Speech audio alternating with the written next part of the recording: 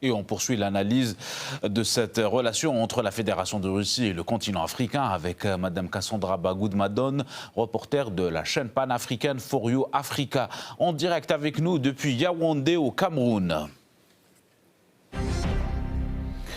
Madame Madone, bonsoir, merci d'être avec nous sur RT en français.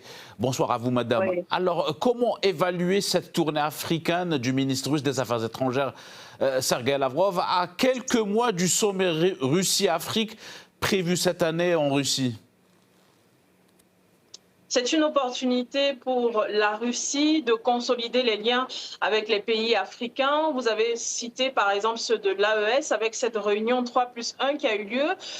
Également l'Éthiopie, ce sont des pays majeurs sur le territoire africain qui représentent très gros sur le plan économique déjà, mais aussi sur le plan énergétique. Il faut également rappeler que c'est une passerelle pour la Russie qui va tout simplement renforcer ses relations sécuritaires avec ces différents pays. Cette tournée est donc une façon pour la Russie de réitérer non seulement son soutien, mais aussi sa considération pour le territoire africain, le continent tout entier, mais surtout ses partenaires, non pas traditionnels, mais partenaires et alliés sur le territoire africain. En ce qui concerne le côté africain, c'est surtout une lumière qui est mise sur la relation qui dure depuis des décennies, depuis une cinquantaine d'années en tout cas, entre les pays africains et la Russie. C'est une opportunité de mettre la lumière sur ces rapports et surtout de réitérer à quel point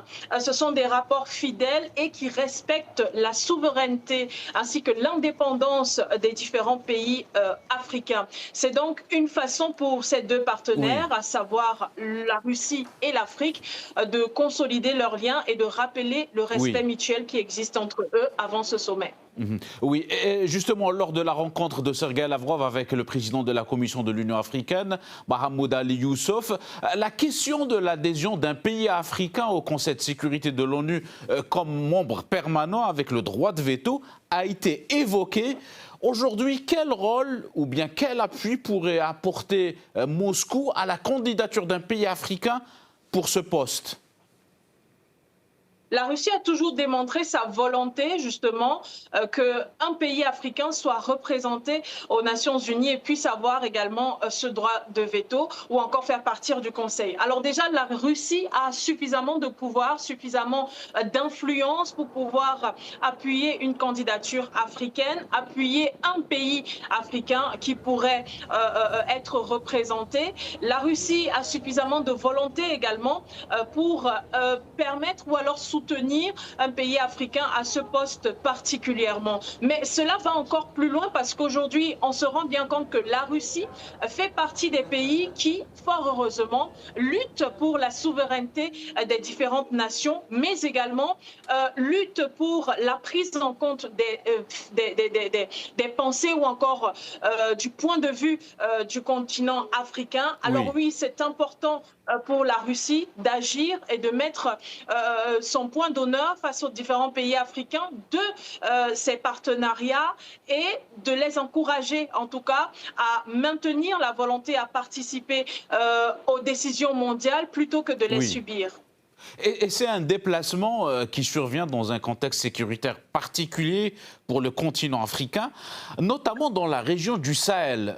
Le rôle de la Russie aujourd'hui est-il primordial dans la lutte contre le terrorisme et le crime organisé en Afrique ? Malgré, on va dire, malgré les discours dissonants de l'Occident qui tendent à desservir malheureusement ou encore à dépeindre les relations qui existent entre la Russie et l'Afrique sur le plan militaire et sécuritaire en noir, malgré tout cela, nous pensons que la Russie reste